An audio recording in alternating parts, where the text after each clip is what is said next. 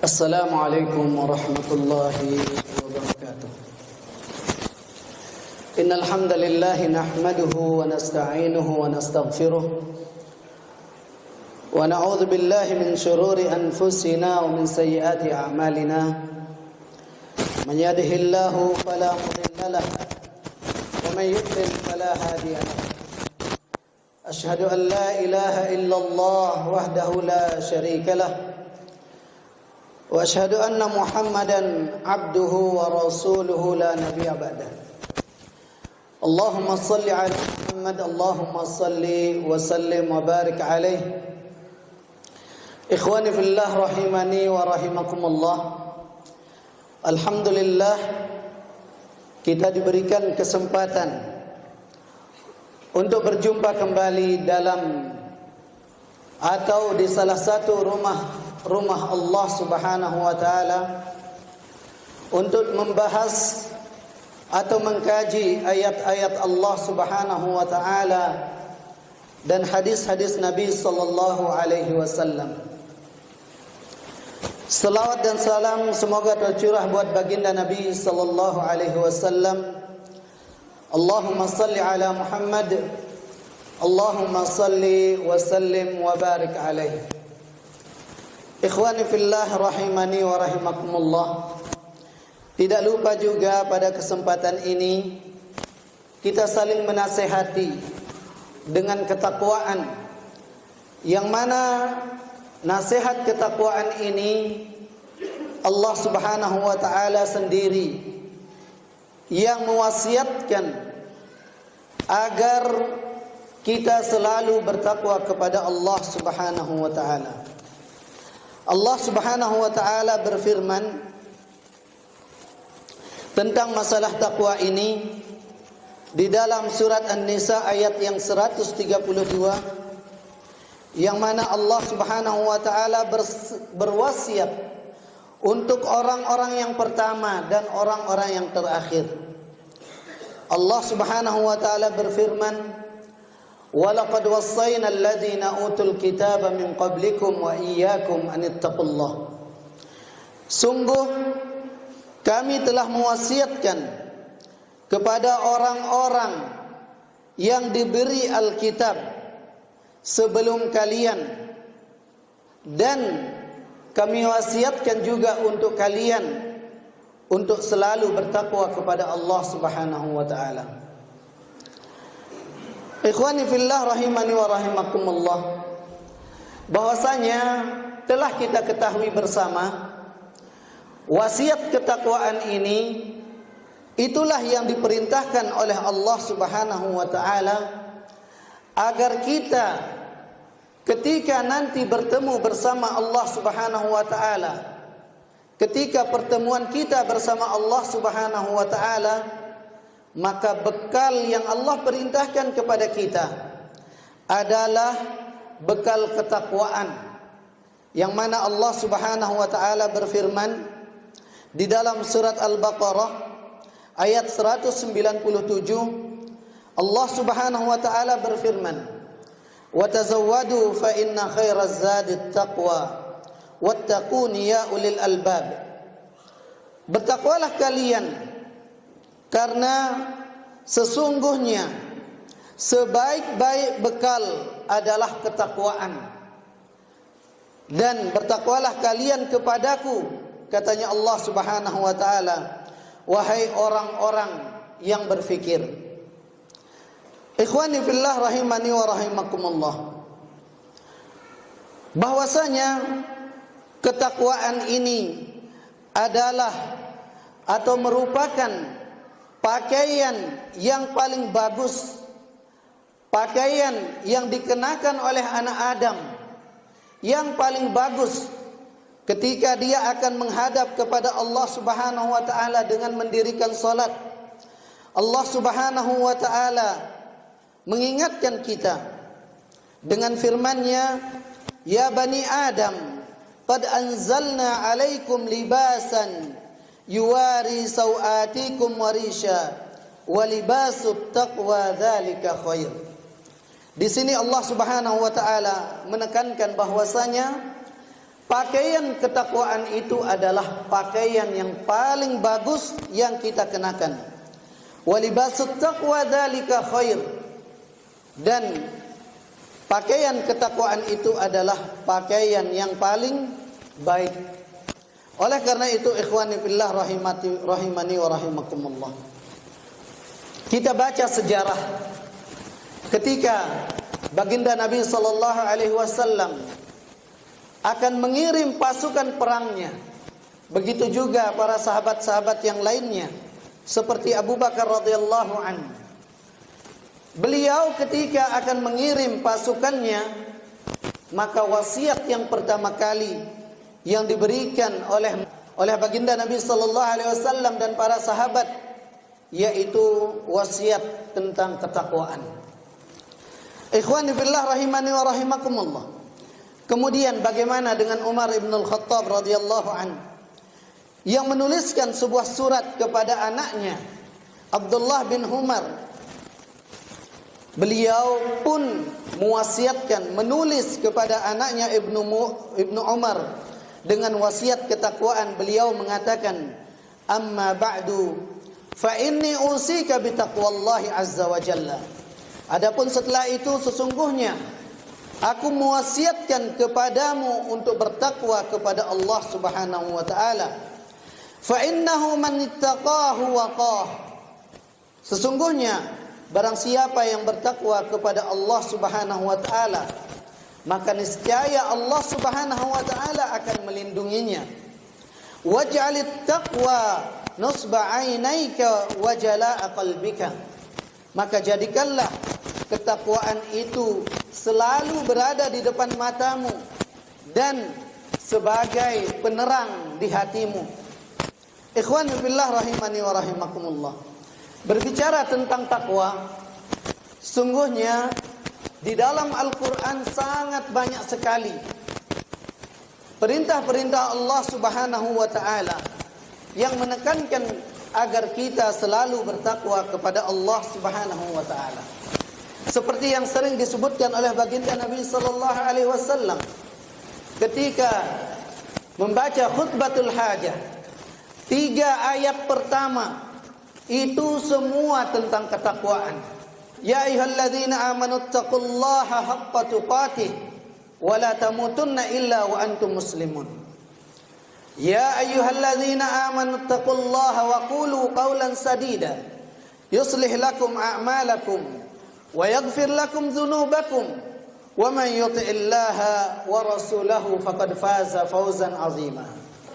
Ya ayyuhalladzina amanu taqullaha wa qulu qawlan sadida yuslih lakum a'malakum wa yaghfir lakum dhunubakum wa man yuti'illaha wa rasulahu faqad faza fawzan 'azima. Di mana wasiat ketakwaan ini selalu baginda Nabi sallallahu alaihi wasallam menekankan agar para sahabat Nabi sallallahu alaihi wasallam dimanapun dia berada, maka ketakwaan itulah selalu berada di depan mata mereka. Salah satu hadis Nabi sallallahu alaihi wasallam yang berkaitan dengan takwa, usika bi taqwallah was-sam'i wat-tha'ah. Baginda Nabi sallallahu alaihi wasallam mewasiatkan di dalam hadis Irbad bin Sariyah tentang ketakwaan, aku wasiatkan engkau dengan ketakwaan dan selalu mendengar dan taat kepada pemerintah. Kemudian baginda Nabi sallallahu alaihi wasallam mewasiatkan juga, ittaqillaha haitsu ma kunta. Bertakwalah kalian dimanapun kalian berada. Wa atbi'is sayyi'atal hasanata tamhuha. Iringilah perbuatan yang jelek itu dengan perbuatan yang baik, maka perbuatan yang baik itu akan menghapuskan kesalahan-kesalahan atau kejelekan-kejelekan yang kita lakukan. Wa khaliqin nasa bi khuluqin hasan. Dan pergaulilah manusia dengan akhlak yang baik. Perlu kita ketahui apa yang dimaksud dengan ketakwaan. Karena sering kita mendengar di setiap Jumat selalu dipesankan, diwasiatkan tentang ketakwaan. Dan begitu juga di setiap pengajian-pengajian selalu dipesankan dengan ketakwaan. Bahkan seperti yang disebutkan di awal tadi, perintah Allah atau wasiat Allah Subhanahu wa taala berkaitan dengan ketakwaan. Oleh karena itu ikhwani fillah rahimani wa rahimakumullah, tentunya perlu kita ketahui apa yang dimaksud dengan ketakwaan itu. Para ulama mendefinisikan, memberikan pengertian tentang ketakwaan itu, salah satunya adalah ketakwaan itu adalah ijtinabun nawahi ijtinabun nawahi. Awalnya adalah imtithalul awamir, melaksanakan segala yang diperintahkan oleh Allah Subhanahu wa taala ala nurin minallahi taala, atas bimbingan atau cahaya dari Allah Subhanahu wa taala. Kemudian wajtinabun nawahi, meninggalkan larangan Allah Subhanahu wa taala ala nurin minallahi taala, tentunya juga atas cahaya atau bimbingan dari Allah Subhanahu wa taala. Ikhwani fillah rahimani wa rahimakumullah. Sering saya tekankan di sini bahwasanya seseorang tidak akan mungkin mengetahui apa yang menjadi perintah Allah Subhanahu wa taala dan apa saja yang menjadi larangan-larangan Allah Subhanahu wa taala. Makanya disebutkan ala nurin minallah. Ala nurin minallah maksudnya adalah atas cahaya Allah atau atas bimbingan Allah. Tentunya cahaya Allah Subhanahu wa taala ini bisa kita ketahui bahwasanya itu adalah ilmu agama. Al-Imam Syafi'i rahimahullah taala menekankan bahwasanya beliau ketika hafalannya kurang, hafalannya lemah, beliau menekankan bahwasanya al-ilmu nurun, ilmu itu adalah cahaya, la yuhda lil asi, tidak akan diberikan ilmu tersebut bagi orang-orang yang bermaksiat kepada Allah Subhanahu wa taala. Oleh karena itu seperti yang dikatakan tadi bahwasanya ilmu itu adalah cahaya. Ketika kita melakukan amalan-amalan atau perintah-perintah Allah Subhanahu wa taala atas dasar ilmu, artinya atas dasar cahaya dari Allah Subhanahu wa taala, ala nurin minallahi taala. Begitu juga seseorang meninggalkan larangan-larangan Allah Subhanahu wa taala atas dasar ilmu, yang mana tidak akan mungkin seperti yang dikatakan tadi, orang itu akan meninggalkan larangan Allah tanpa ada ilmu, atau melaksanakan perintah Allah atas kalau orang tersebut tidak punya ilmu. Artinya ikhwani fillah rahimani wa rahimakumullah, Al-Imam Syafi'i rahimahullah ta'ala juga mengatakan, ta'allam falaisal mar'u yuladu aliman. Belajarlah kalian, karena sesungguhnya orang itu tidak dilahirkan dalam keadaan alim. Artinya kita ini dilahirkan oleh ibu-ibu kita tidak mengetahui sesuatu. Oleh karena itulah kita ditekankan melalui perkataan Al-Imam Syafi'i rahimahullah, yang tentunya berdasarkan istiqra', penelitian, bahwasanya seseorang itu tidak akan menjadi alim kalau dia tidak menuntut ilmu. Begitu juga tidak mungkin seseorang itu akan meninggalkan larangan-larangan Allah kalau dia tidak punya ilmu. Dia tidak akan mungkin tahu apa yang menjadi larangan-larangan Allah Subhanahu wa taala. Makanya di masyarakat kita sering kita jumpai orang-orang yang tidak punya ilmu walaupun dia menisbatkan dirinya sebagai ahlus sunnah wal jamaah. Salah satu contoh kecil, minum dengan tangan kiri. Ini kita saksikan. Kopi di tangan kiri, rokok tangan kanan. Padahal sebagaimana yang telah kita ketahui bersama bahwasanya rokok itu sendiri kesepakatan para ulama bahwasanya itu adalah haram. Tapi kenapa di tangan kanan? Begitu juga kopi yang diminum, yang seharusnya kopi itu di tangan kanan. Kenapa harus di tangan kiri kemudian minum? Bahkan Nabi SAW menegaskan bahwasanya alladzi ya'kulu wa yashrabu bishimalihi fahuwa syaitan. Kama qala sallallahu alaihi wasallam. Bahwasanya orang yang makan dan minum dengan tangan kiri itu adalah syaitan. Dan mungkin ikhwani fillah rahimani wa rahimakumullah, di dalam masyarakat kita ini adalah suatu hal yang biasa. Tetapi di dalam Islam tidak ada namanya biasa. Sunnah Nabi sallallahu alaihi wasallam harusnya selalu di depan mata kita. Ini adalah syiar baginda Nabi sallallahu alaihi wasallam, ajaran baginda Nabi sallallahu alaihi wasallam. Wa may yu'azzim sya'airallah fa innaha min taqwal qulub. Barang siapa yang mengagungkan syiar-syiar Allah, maka itu merupakan tanda dari ketakwaan hati. Makanya baginda Nabi sallallahu alaihi wasallam menegaskan bahwasanya at-taqwa hahuna. Takwa itu ada di dalam hati seseorang. Bukan hanya ucapan saja. Kita yang mengaku ahlus sunnah wal jamaah, kemudian masih melakukan apa-apa yang menjadi larangan-larangan Nabi sallallahu alaihi wasallam, tentunya ini adalah disebabkan karena ketidaktahuan kita. Karena tidak ada ilmu di sini. Kita tidak dibimbing oleh Allah Subhanahu wa taala melakukan ajaran-ajaran atau perintah-perintah Allah dengan dasar ilmu. Makanya terjadilah yang namanya bid'ah. Karena ketidaktahuan orang tersebut terhadap apa yang menjadi sunnah atau perintah Nabi sallallahu alaihi wasallam, maka timbullah bid'ah. Kemudian karena ketidaktahuan orang-orang di masyarakat kita yang namanya larangan-larangan Allah Subhanahu wa taala, maka terjadilah pelanggaran-pelanggaran yang mana kita mengetahuinya pun kita diam. Karena apa? Karena terlalu banyak resiko yang akan kita hadapi ketika kita akan mendakwahkan ini sunnah Nabi sallallahu alaihi wasallam.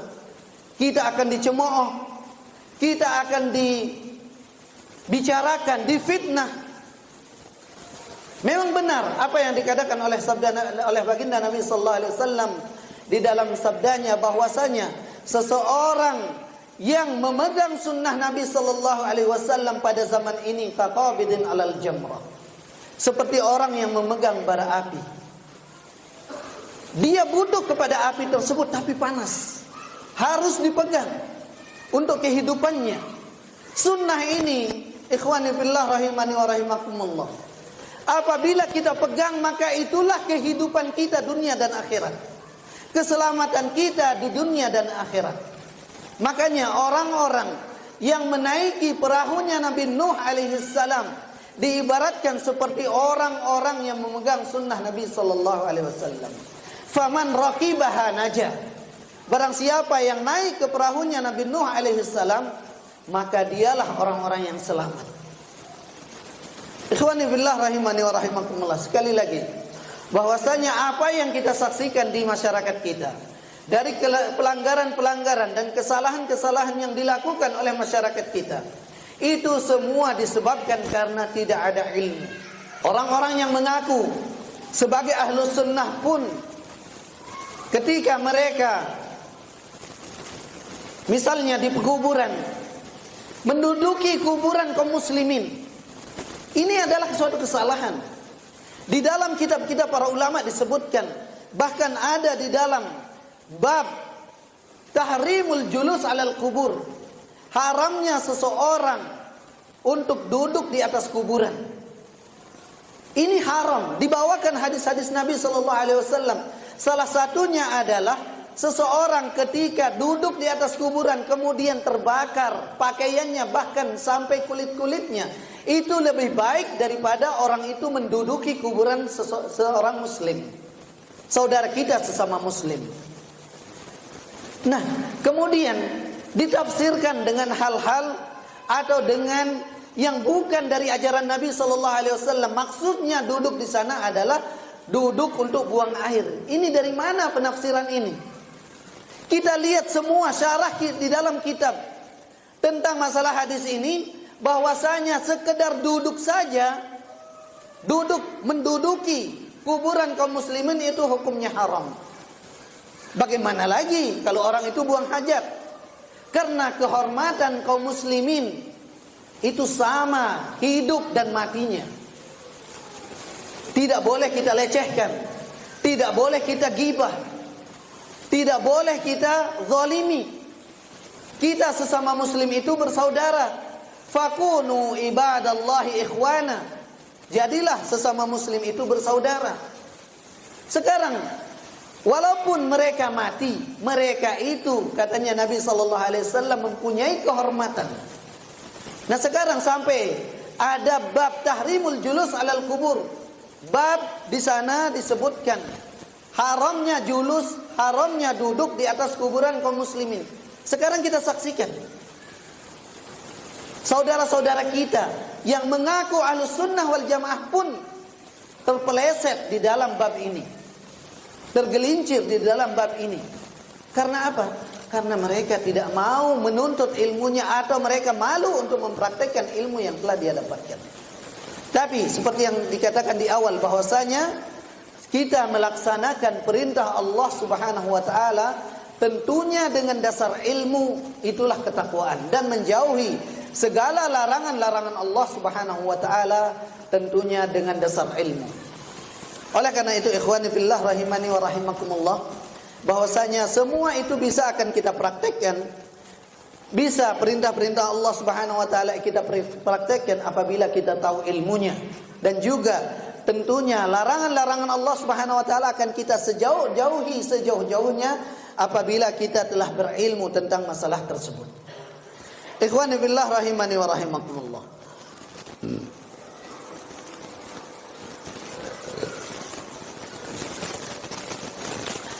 Bahwasanya tentang masalah ketakwaan ini juga Ali bin Abi Thalib radhiyallahu anhu, beliau mendefinisikan tentang masalah takwa itu.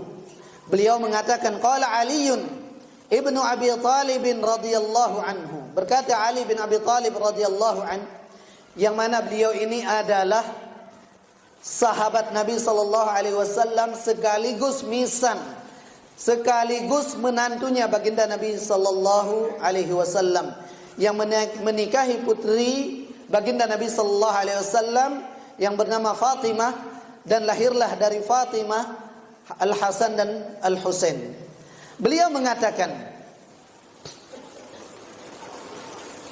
at-taqwa hiyal khawfu minal jalil wal amalu bit tanzil wal ridha bil qalil wal isti'dad li yaumir rahil.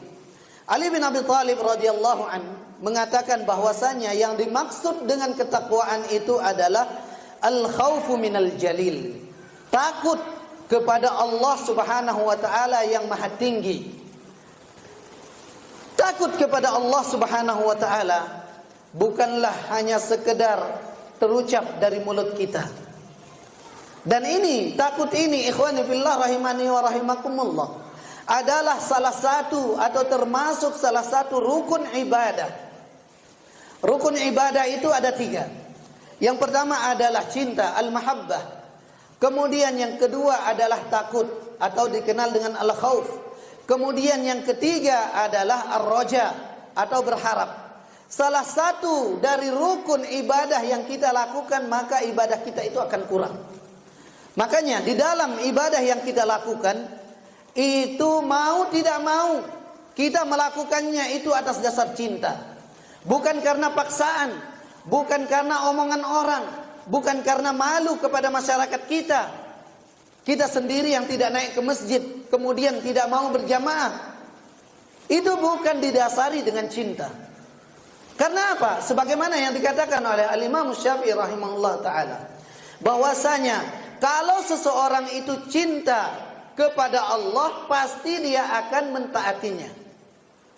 In kana hubbuka sadiqan la'ata'tahu fa innal muhibba liman yuhibbu muti'u. Kalau seandainya cintamu itu benar, la'ata'tahu, engkau akan mentaatinya. Fa innal muhibba, karena sesungguhnya orang yang mencintai, liman yuhibbu, kepada orang yang dicintai, muti'u, pasti dia akan mati. Bahasa Sasak mati itu adalah patuh. Itu diambil dari bahasa Arab, yang artinya orang yang mengatakan cinta kepada orang yang dicintai, itu pasti dia akan patuh kepada Allah Subhanahu wa taala. Tidaklah kita dengar azan, hayya 'alas shalah, hayya 'alal falah. Mari kita menuju ke menunaikan salat, mari kita menuju kemenangan. Kecuali langkahkan kaki kita, kita langkahkan kaki kita menuju ke masjid. Bukan dilakukan atas dasar malu kepada tetangga atau ingin dibicarakan sebagai orang yang malas. Kalau kita melakukan amalan-amalan tersebut atas dasar ingin dipuji oleh orang atau takut dibicarakan oleh orang lain, ini masuk ke dalam syirik. Ini akan masuk ke dalam riya. Orang yang beramal disebabkan karena ingin dilihat sama orang. Makanya di dalam rukun ibadah itu ada namanya al-mahabbah. Al-mahabbah itu harus ada. Kita membaca Al-Quranul Karim, kita sholat malam, kita sholat sendirian, kita sholat bersama orang, sama. Ketika kita sholat sendiri, sama. Bacaan-bacaan kita, tahiyat kita, ruku, sujud kita sama. Ketika kita bersama orang itu pun sama. Bacaan kita, ruku, sujud kita sama. Artinya kita melakukannya itu disebabkan karena ditumbuhi rasa cinta di dalam hati kita. Kita melakukannya atas dasar cinta kepada Allah Subhanahu wa taala. Makanya ketika kita baca Al-Quran pun di dalam kamar sendirian, kita cinta kepada Allah Subhanahu wa taala. Kita berharap dengan bacaan kita ini nanti akan menjadi syafaat pada hari kiamat. Baginda Nabi sallallahu alaihi wasallam mengatakan, "Iqra'ul Qur'an fa innahu ya'ti yaumal qiyamah syafi'an li ashabihi." Bacalah Al-Quran karena nanti pada hari kiamat Al-Quran itu akan menjadi atau pemberi syafaat bagi orang-orang yang membacanya. Tidaklah kita lakukan membaca Al-Quran itu karena ingin dipuji orang. Makanya kita ketika membaca Al-Quran diberikan oleh Allah Subhanahu wa taala suara yang indah, ini adalah fitnah. Wallahi ini adalah fitnah. Kenapa? Karena kita untuk menjaga hati kita itu sangat sulit. Bahkan baginda Nabi sallallahu alaihi wasallam mengingatkan dalam hadis bahwasanya yang paling ia takutkan dari umatnya ini, ketika itu beliau bersabda kepada para sahabatnya, yang paling ditakutkan adalah asyirkul asghar. Faqila ya Rasulullah wa ma syirkul asghar? Apa yang dimaksud dengan syirik kecil itu ya Rasulullah? Ar-riya. Riya. Ingin dilihat sama orang. Oleh karena itu ikhwani fillah rahimani wa rahimakumullah, kalau kita mendasari amalan yang kita lakukan itu atas dasar cinta kepada Allah, maka kita akan mendapatkan manisnya rasa ibadah yang kita lakukan. Kita akan ridha Allah sebagai Rabb kita, Islam sebagai agama kita. Kemudian baginda Nabi Muhammad sallallahu alaihi wasallam adalah nabi kita. Makanya akan kita mendapatkan manisnya iman apabila dzaqa ta'mal iman. Akan merasakan, seseorang itu akan merasakan manisnya iman, man radiya billahi rabba wa bil islami dina wa bi Muhammadin sallallahu alaihi wasallam nabiyya. Dia akan mendapatkan manisnya iman apabila Allah Subhanahu wa taala, dia itu ridha Allah sebagai Rabbnya. Kemudian dia ridha Islam sebagai agamanya. Kemudian dia ridha baginda Nabi Muhammad sallallahu alaihi wasallam sebagai nabinya. Kemudian yang kedua ikhwani fillah rahimani wa rahimakumullah, takut. Takut apabila amalan yang kita lakukan itu tidak diterima oleh Allah Subhanahu wa taala. Kita takut kepada Allah Subhanahu wa taala sehingga kita melakukan amal soleh. Itulah yang namanya ketakwaan. Takut bahwasanya amalan-amalan yang kita lakukan itu ditolak oleh Allah Subhanahu wa taala, sehingga kita melakukan amalan tersebut didasari atas ikhlas karena Allah Subhanahu wa taala, dan kita melakukannya atas tuntunan baginda Nabi sallallahu alaihi wasallam. Kemudian yang ketiga adalah ar-raja. Kita berharap bahwasanya amalan yang kita lakukan itu kita harap dengan harapan bahwasanya amalan kita diterima oleh Allah Subhanahu wa taala, dan nantinya ketika kita pada hari kiamat bertemu dengan Allah Subhanahu wa taala, apa yang kita harapkan di dunia itu akan kita dapatkan di sisi Allah Subhanahu wa taala. Jangan sampai apa yang kita lakukan itu seperti fata morgana. Wa qadimna ila ma 'amilu min 'amalin faja'alnahu haba'an mansura. Ketika kita melakukan amalan-amalan tersebut, kita lakukan dengan melakukan kesyirikan-kesyirikan, sehingga amalan yang kita lakukan itu terhapus. Termasuk yang menghapus amalan itu adalah riya. Apabila riya ini bergandengan dengan amalan kita, maka niscaya amalan itu akan hilang. Oleh karena itu, ketika dihadapkan nanti pada hari kiamat amalan-amalan yang kita lakukan, faja'alnahu haba'an mansura, Allah Subhanahu wa taala menjadikan seperti debu yang berterbangan, tidak ada artinya amalan tersebut dan tidak akan mendapatkan balasan. Maka ikhwan fillah rahimani wa rahimakumullah, ingatlah, itulah kerugian yang nyata, kerugian yang tidak ada seorang pun yang akan datang menolong kita. Makanya seperti yang dikatakan tadi di awal, firman Allah Subhanahu wa taala, wa tazawwadu fa inna khairaz zadit taqwa. Berbekallah kalian dengan ketakwaan, karena ketakwaan itulah sebaik-baik bekal. Oleh karena itu ikhwan fillah rahimani wa rahimakumullah, kita berharap di sini pertemuan kita dengan Allah Subhanahu wa taala. Makanya di dalam surat Al-Kahfi, di akhir surat Al-Kahfi itu disebutkan bahwasanya barang siapa yang mengharapkan pertemuannya dengan Allah Subhanahu wa taala, maka hendaklah dia jangan mensekutukan Allah. Faman kana yarju liqa'a rabbih falyamal 'amalan shalihan. Barang siapa yang mengharapkan, dia berharap pertemuannya dengan Allah Subhanahu wa taala, falyamal 'amalan shalihan, maka hendaklah dia beramal soleh. Beramal soleh ini adalah orang itu mengamalkan amalan-amalan yang diperintahkan dari Al-Quran dan Sunnah baginda Nabi Sallallahu Alaihi Wasallam. Makanya itulah yang dinamakan soleh. Wala yusyrik biibadati rabbih ahada, dan dia jangan mensekutukan Allah. Sehingga syarat diterimanya amal seseorang itu dua: ikhlas karena Allah dan mutaba'ah, mengikuti contoh dari baginda Nabi Sallallahu Alaihi Wasallam. Ketika kita mengharapkan pertemuan kita dengan Allah Subhanahu wa taala, maka lakukan amalan tersebut ikhlas karena Allah dan mutaba'ah, mengikuti contoh dari baginda Nabi sallallahu alaihi wasallam. Kemudian tentunya dengan 3 rukun, 3 pondasi yang harus dilakukan oleh setiap muslim ketika dia ingin beramal soleh itu, hendaklah dilakukan dengan penuh cinta. Kemudian dilakukan dengan penuh takut kepada Allah Subhanahu wa taala. Kemudian dia berharap, karena ini 3 rukun yang mau tidak mau dan harus ada di dalam setiap ibadah kita. Ikhwani fillah rahimani wa rahimakumullah. Kemudian Ali bin Abi Thalib radhiyallahu anhu,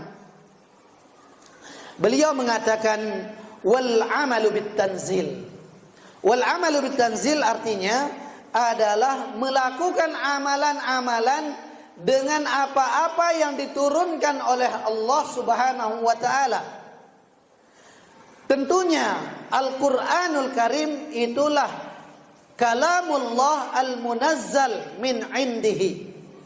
Yang mana Al-Qur'an itu adalah kalamullah yang diturunkan oleh Allah Subhanahu wa taala dari sisi Allah biwasitati Jibril alaihi salam ila Rasulillah sallallahu alaihi wasallam, dengan perantaraan malaikat Jibril, kemudian diberikan kepada baginda Nabi sallallahu alaihi wasallam. Kemudian wahyu yang kedua itu adalah hadis Nabi sallallahu alaihi wasallam yang sahih. Kenapa ditekankan yang sahih di sini? Karena ada ulah dari tangan-tangan orang-orang yang menjadi musuh-musuh Islam, mereka berusaha menghancurkan Islam itu dengan membuat hadis-hadis palsu.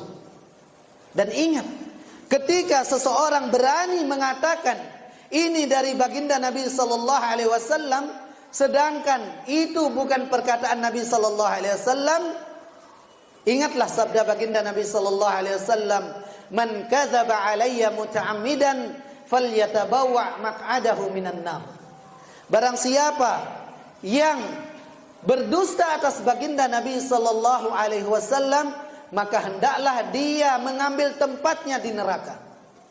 Dan ini, ikhwani fillah rahimani wa rahimakumullah, seperti yang dikatakan tadi bahwasanya hadis Nabi sallallahu alaihi wasallam yang sahih itu merupakan wahyu. Itu merupakan amalan bitanzil, amalan yang diturunkan oleh Allah Subhanahu wa taala, karena baginda Nabi sallallahu alaihi wasallam, "Wa ma yantiqu 'anil hawa in huwa illa wahyu yuha." Baginda Nabi sallallahu alaihi wasallam itu tidak berkata dengan hawa nafsu, akan tetapi itu berdasarkan wahyu. In huwa illa wahyu yuha. Itu berdasarkan wahyu yang diwahyukan oleh Allah Subhanahu wa taala. Kemudian ikhwani fillah rahimani wa rahimakumullah, Ali bin Abi Thalib radhiyallahu an melanjutkan bahwasanya yang dimaksud dengan ketakwaan itu setelah wal amalu bit tanzil, beramal dengan apa yang diwahyukan oleh Allah Subhanahu wa taala, atau beramal dengan dasar Al-Qur'anul Karim dan sunnah baginda Nabi sallallahu alaihi wasallam yang sahih. Beliau melanjutkan war-ridha bil qalil. War-ridha bil qalil artinya ridha dengan apa yang sedikit. Apa yang Allah berikan kepada kita, hendaklah selalu kita tanamkan yang namanya qanaah di dalam hati kita. Dan selalu kita bersyukur kepada Allah Subhanahu wa taala dengan apa yang Allah berikan kepada kita. Karena apabila kita tidak bersyukur dengan apa yang Allah Subhanahu wa taala berikan kepada kita, maka ingatlah firman Allah Subhanahu wa taala bahwasanya Allah Subhanahu wa taala berfirman, "La in syakartum la azidannakum wa la in kafartum inna adzabi lasyadid." Seseorang ketika bersyukur kepada Allah Subhanahu wa taala dengan apa yang Allah berikan kepadanya, maka dia akan ditambahkan nikmatnya oleh Allah Subhanahu wa taala kepada orang tersebut. Apabila dia tidak bersyukur dengan apa yang Allah berikan, maka sesungguhnya azab Allah Subhanahu wa taala amat pedih. Dan Allah menekankan juga di dalam firman-Nya yang lain bahwasanya orang-orang yang pandai bersyukur kepada Allah Subhanahu wa taala itu jumlahnya mereka itu sangat sedikit. Allah Subhanahu wa taala mengatakan, "Wa qalilun min ibadiyas syakur." Dan sedikit dari hambaku yang pandai bersyukur. Ikhwani fillah rahimani wa rahimakumullah. Apa yang diberikan oleh Allah Subhanahu wa taala itu semua sudah ditetapkan 50.000 tahun sebelum penciptaan langit dan bumi. Apa yang kita dapatkan dari rizki atau apa saja dari nikmat Allah Subhanahu wa taala, yang mana nikmat Allah Subhanahu wa taala itu semuanya datangnya dari Allah Subhanahu wa taala. Wa ma bikum min ni'matin faminallah. Semua nikmat yang Allah berikan kepada kalian itu adalah datangnya dari Allah. Oleh karena itu, apabila tidak ada keridhaan di dalam hati kita terhadap apa-apa yang diberikan oleh Allah Subhanahu wa taala, maka akan timbul di dalam hati kita itu ada hasad. Hasad ini adalah warisan, dosa warisan dari iblis laknatullah.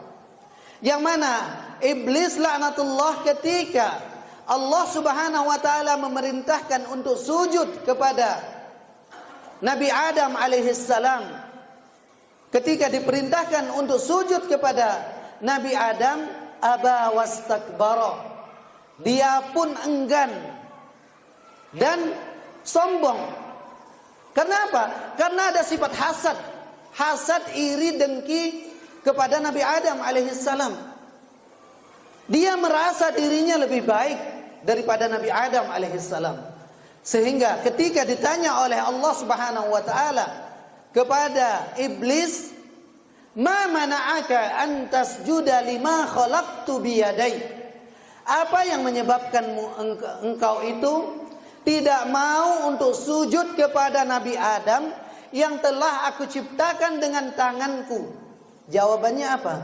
Ana khairun minhu khalaqtani min narin wa khalaqtahu min tin. Aku lebih baik daripada Nabi Adam. Engkau menciptakan aku dari api, sedangkan Adam engkau ciptakan dari tanah. Dari mana dia mengetahui ketika dia diciptakan dari api dia menjadi lebih baik?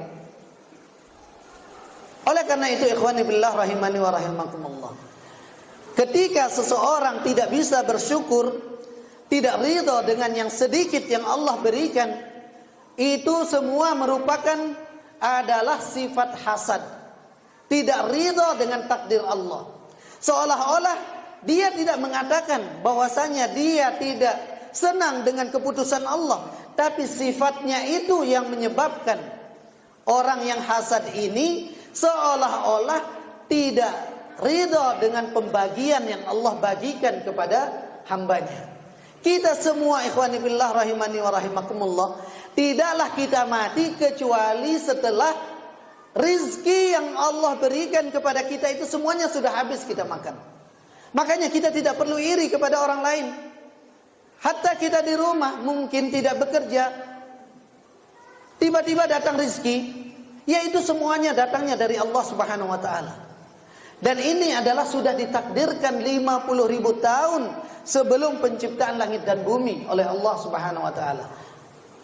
Artinya ikhwani billah rahimani wa rahimakumullah, berapapun dan bagaimanapun jumlah dari apa yang Allah berikan kepada kita, kita ingat bahwasanya ini adalah nikmat Allah Subhanahu wa taala yang harus kita syukuri. Dan itu sebenarnya adalah wa ma bikum min ni'matin faminallah. Apa yang diberikan dari nikmat itu semuanya datangnya dari Allah Subhanahu wa taala. Itu pembagian Allah kepada kita. Ngapain sekarang kita benci dengan apa yang Allah berikan kepada orang lain, kepada sahabat kita, kepada saudara kita? Boleh kita, bukan iri namanya, itu namanya ghibthah.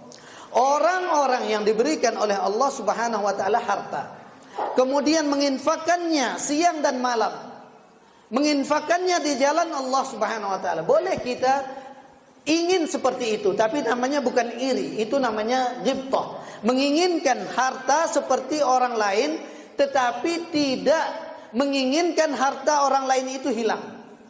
Kalau hasad atau iri, kita menginginkan nikmat yang ada pada orang lain dengan supaya harta atau nikmat itu hilang dari orang lain. Nah, itu namanya hasad.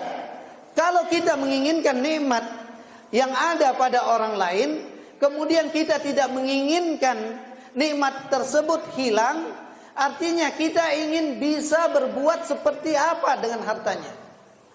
Bisa berinfak pagi, siang dan malam, menginfakkannya di jalan Allah, memberikan anak yatim, santunan sana sini. Dengan harta tersebut kita boleh menginginkan seperti itu, tapi itu namanya bukan iri, itu namanya ghibthah. Atau ada seorang ustaz, ada seorang yang alim, mengajarkan Al-Quran, mengajarkan ilmunya kepada masyarakat. Kita ingin seperti itu. Kita ingin berilmu seperti orang tersebut, tetapi tidak menginginkan ilmu orang itu hilang. Kita menginginkan supaya kita juga bisa bermanfaat untuk masyarakat kita. Nah, itu namanya ghibthah, bukan iri. Oleh karena itu ikhwani fillah rahimani wa rahimakumullah, bahwasanya ketika apa yang diberikan oleh Allah Subhanahu wa taala kita ridha, maka itulah yang namanya ketakwaan. Kemudian wal isti'dad li yaumir rahil. Kita mempersiapkan diri kita, perjalanan kita menuju kepada Allah Subhanahu wa taala itu perjalanan yang sangat panjang. Ketika kita sudah meninggalkan dunia ini, mulailah awal akhirat. Ketika kita masuk ke liang kubur, awal akhirat sudah menanti kita. Apakah kita akan berada di taman surganya Allah Subhanahu wa taala di dalam kubur. Karena di dalam kubur itu ada namanya nikmat kubur dan juga ada namanya azab kubur. Makanya kita diperintahkan oleh baginda Nabi sallallahu alaihi wasallam berlindung dari azab kubur. Di akhir tahiyat kita diperintahkan berlindung dari 4 perkara. Salah satunya adalah berlindung dari azab kubur. Ikhwani fillah rahimani wa rahimakumullah. Perjalanan kita menuju ke alam akhirat, di akhirnya adalah perjalanan tersebut imma menuju ke surganya Allah Subhanahu wa taala atau imma menuju neraka Allah Subhanahu wa taala. Tidak ada lain di antara dua ini. Imma surga wa imma neraka. Oleh karena itu Allah Subhanahu wa taala di awal ayat tadi juga memerintahkan kita untuk memperbanyak bekal. Bekalnya itu adalah takwa. Makanya Al-Imam Syafi'i rahimahullah ta'ala menjelaskan tentang keberadaan kita di dunia ini. Hendaknya kita jadikan dunia ini sebagai batu loncatan. Hendaklah kita jadikan dunia ini tempat kita bercocok tanam, yang nantinya apa yang kita panen itu kelak di akhirat bisa kita dapatkan. Semakin banyak ketakwaan yang kita persiapkan untuk menghadap kepada Rabbul Alamin, kepada Allah Subhanahu wa taala, tentunya semakin banyak pula yang kita pakai untuk berbekal. Karena perjalanan seperti yang dikatakan tadi, fastaksirid dad, perbanyak bekal. Fa inna safara tawilun, karena sesungguhnya safar menuju kepada Allah Subhanahu wa taala itu perjalanan yang sangat panjang. Ini dikatakan oleh baginda Nabi sallallahu alaihi wasallam, diwasiatkan oleh baginda Nabi sallallahu alaihi wasallam agar kita memperbanyak bekal. Karena perjalanan safar menuju kepada Allah Subhanahu wa taala itu sangat panjang. Belum ketika seseorang itu berada di alam barzakh, ditanya oleh 2 orang malaikat, apakah dia bisa menjawab pertanyaan malaikat tersebut atau tidak? Dan tentunya seperti yang difirmankan oleh Allah Subhanahu wa taala bahwasanya orang-orang yang bisa menjawab pertanyaan malaikat itu adalah orang-orang yang diteguhkan hatinya oleh Allah Subhanahu wa taala, orang-orang yang beriman dan beramal soleh. Allah Subhanahu wa taala menegaskan, yutsabbitullahu alladhina amanu bil qawli tsabiti fil hayatid dunya wa fil akhirah. Allah Subhanahu wa taala meneguhkan hati-hati orang yang beriman dengan perkataan yang sabit, dengan perkataan yang kokoh, fid dunya wa fil akhirah, baik di dunia maupun di akhirat. Ditafsirkan oleh para ulama, yang dimaksud di dunia itu adalah ketika orang itu di dalam sakaratul maut. Di dalam sakaratul maut itu adalah sesuatu hal yang sangat-sangat menentukan. Innamal a'malu bil khawatim. Sesungguhnya amalan seseorang itu di akhirnya.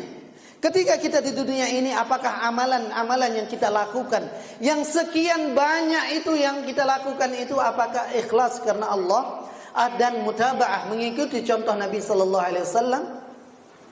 Makanya ketika dikokohkan hati kita oleh Allah Subhanahu wa taala, dan kita berharap agar kita dikokohkan hati kita oleh Allah Subhanahu wa taala ketika akan menghadapi sakaratul maut.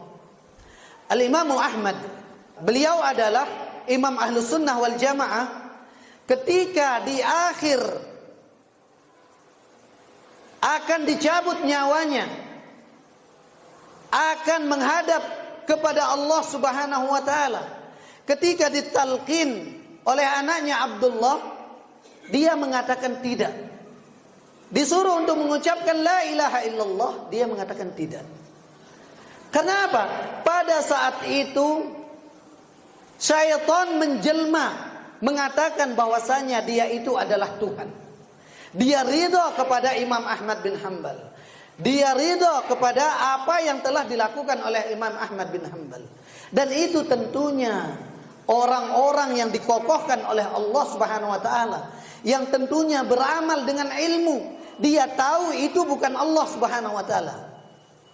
Karena Allah Subhanahu wa taala akan dilihat nanti pada hari kiamat ketika manusia dikumpulkan. Yauma yukshafu an saqin. Nah, manusia dikumpulkan, Allah Subhanahu wa taala menyingkap betis. Kemudian sujudlah orang-orang yang biasanya sujud. Orang-orang yang selalu sholat di dalam kehidupannya. Kemudian dia sujud, dia melihat Allah di sana, orang-orang mukmin. Kemudian di surga, setiap Jumat Allah menampakkan diri, dan di sanalah melihat wajah Allah merupakan nikmat yang terbesar yang ada di dalam surga. Dan ketika Allah Subhanahu wa taala meneguhkan, mengokohkan hati seorang muslim, hati orang yang beriman, ingat syaratnya ada dua di sana. Yutsabbitullahu alladziina aamanu bil qauli tsabiti fil hayatid dunya wa fil akhirah. Yutsabbitullahu alladziina aamanu bil qauli tsabiti fil hayatid dunya wa fil akhirah. Di sana dia beriman kepada Allah Subhanahu wa taala dan melakukan amal soleh, dan tentunya dia akan bisa mengucapkan kalimat la ilaha illallah. Pada saat itu adalah saat penentuan. Makanya betapa banyak orang-orang ketika diajar, ditalqin, ucapkan la ilaha illallah. Karena man qala la ilaha illallah fi akhir kalamihi dakhalal jannah.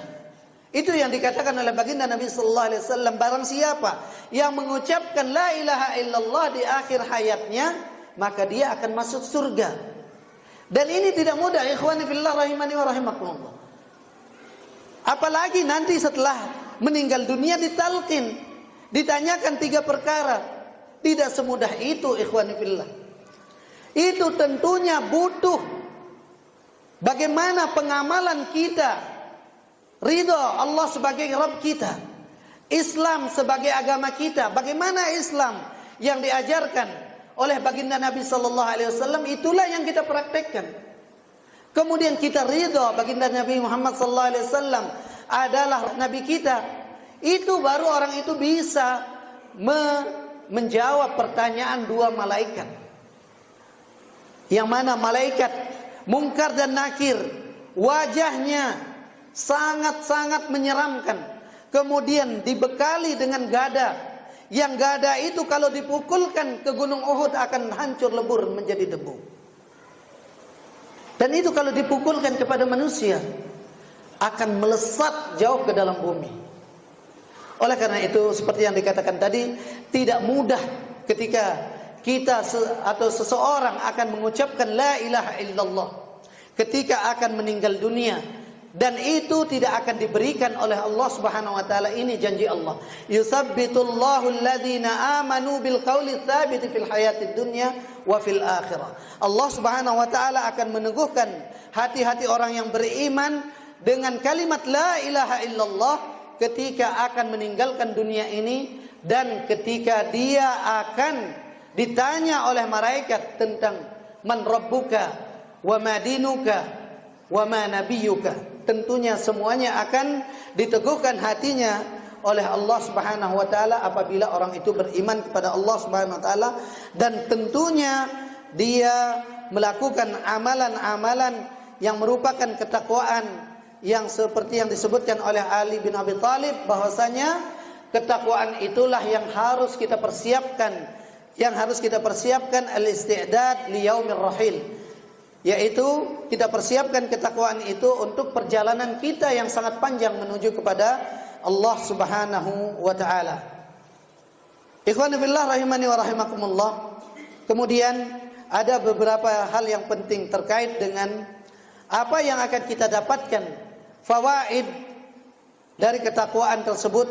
Yang pertama adalah bahwasanya al-makhraj min kulli dhiq, bahwasanya orang tersebut akan diberikan oleh Allah Subhanahu wa taala jalan keluar dari setiap kesulitan.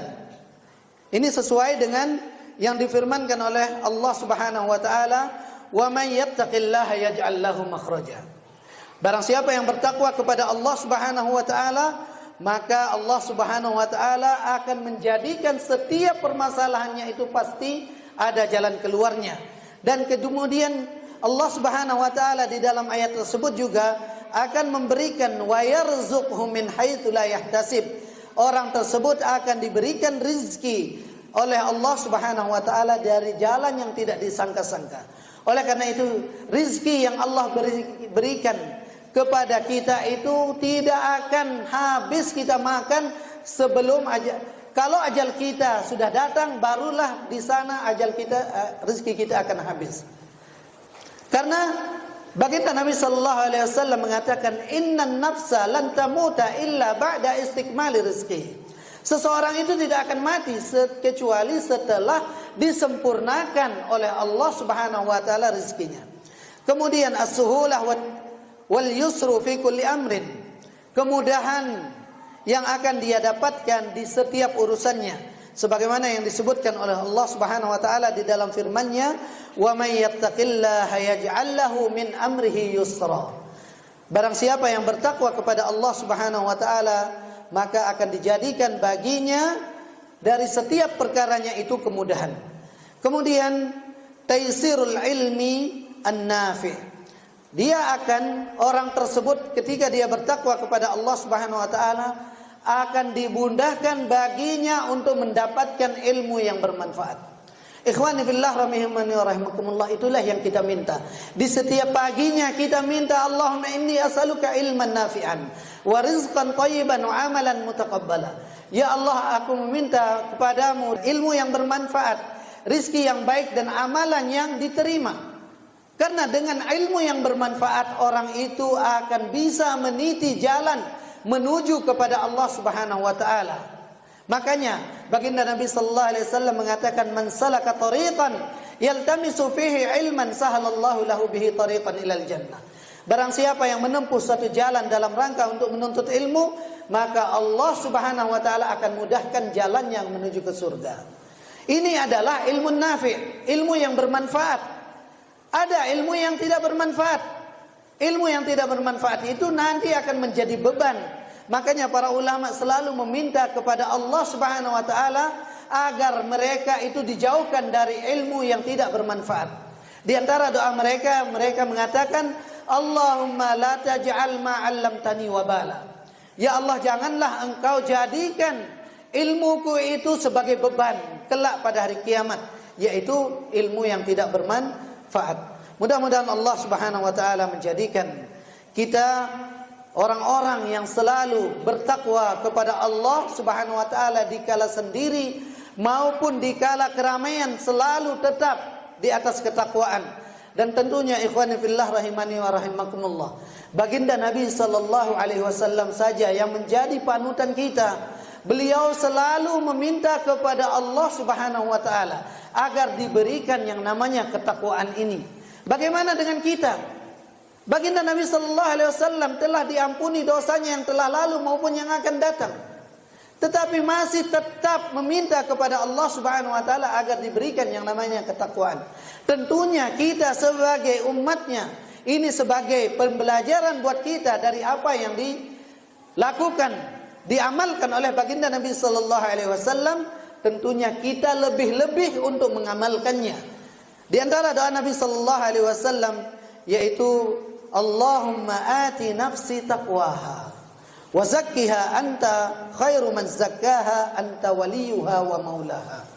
Di antara doa baginda Nabi sallallahu alaihi wasallam ini adalah, "Allahumma ati nafsi taqwaha." Ya Allah, berikanlah jiwa ini ketakwaannya. Karena wa zakkiha anta khairu man zakkaha, dan bersihkanlah jiwa ini, dibersihkan dengan ketakwaan. Wa anta khairu man zakkaha anta waliyuha dan wa maulaha, karena sesungguhnya engkau adalah walinya wali penolong dari jiwa ini. Berikan jiwa ini agar jiwa ini menjadi bersih, agar jiwa ini mendapatkan ketakwaan yang Engkau janjikan ketika kita berdoa kepada Allah Subhanahu wa taala, ud'uni astajib lakum. Berdoalah kepadaku, niscaya akan aku kabulkan. Ini yang bisa kita sampaikan, wallahu taala alam. Mudah-mudahan Allah Subhanahu wa taala menjadikan pertemuan kita ini pertemuan yang diberkahi oleh Allah Subhanahu wa taala, dan mudah-mudahan kita bisa mengamalkan apa-apa yang menjadi ilmu, karena jangan sampai ilmu yang kita pelajari ini akan menjadi ilmu yang tidak bermanfaat. Hendaklah doa Allahumma inni as'aluka ilman nafi'an wa rizqan thayyiban wa amalan mutaqabbala ini harus selalu kita amalkan di dalam kehidupan kita. Dengan demikian mudah-mudahan ketika kita menghadap kepada Allah Subhanahu wa taala, kita akan menghadap kepadanya dengan penuh ketakwaan, dan inilah sebaik-baik bekal bagi orang-orang yang akan bertemu dengan Allah Subhanahu wa taala. Wallahu taala a'lam. Naktafi bihadzal qadar. Kita cukupkan sampai di sini. Wallahu taala a'lam. Subhanakallahumma rabbana wa bihamdik asyhadu an la ilaha illa anta astaghfiruka wa atubu ilaika.